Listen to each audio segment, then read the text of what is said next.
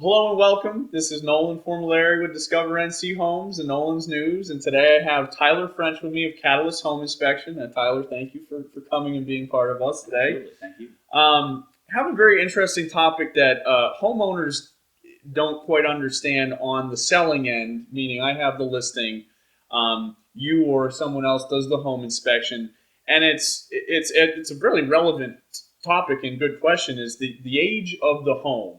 Obviously, a home built in 1960 or 1990 or even 2010 is not up to the same building codes as a home built in 2020 or 2021. So how do you work with that when you write a home inspection, knowing that something is going to fail, but also knowing that at the time the home was built, it was built to code? Sure, yeah, I think you hit the nail on the head. Standards have changed so much from 1960 to 2020. There have been improvements everywhere in every facet of a home build. I guess as my job as an inspector is to point out either hazards or areas of repair and improvement. Okay. If I look at a home that was built in 2015 when GFCI standards were clearly established, and I don't see a GFCI in the kitchen or a bathroom or some water source where there's a need for elevated protection, I'm going to call it out as a safety hazard and say that builder or that owner made a mistake and should correct.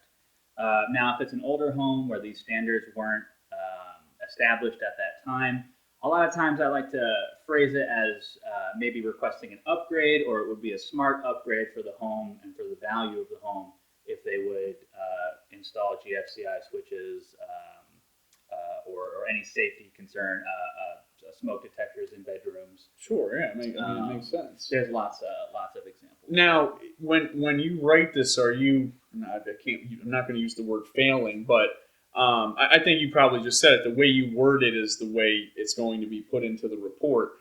But I mean, does as a homeowner, as the seller, do you think they should be required to do this? Or I mean, I know you're required to do your job.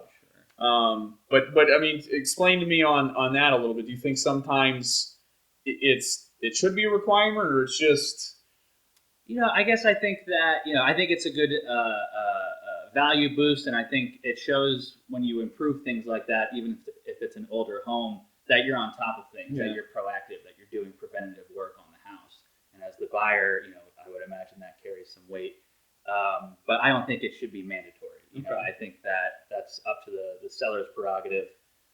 It's not fair to hold someone to a standard of 30 years ago or 30 years forward. Yeah, so I agree. I think it's kind of all how you look at it, but I think I always like to err on the side of safety. No, I do believe too when you do write these items up, I do believe you actually put the year of when the code was put in place, which is nice. So you are calling it out, but you're also saying it wasn't code at the time that this home was built. Sure, which is a good way of doing it. Nice, yeah. Well, thank you. I appreciate it, Tyler. Absolutely. Thank you. Appreciate your time, and we'll see you soon.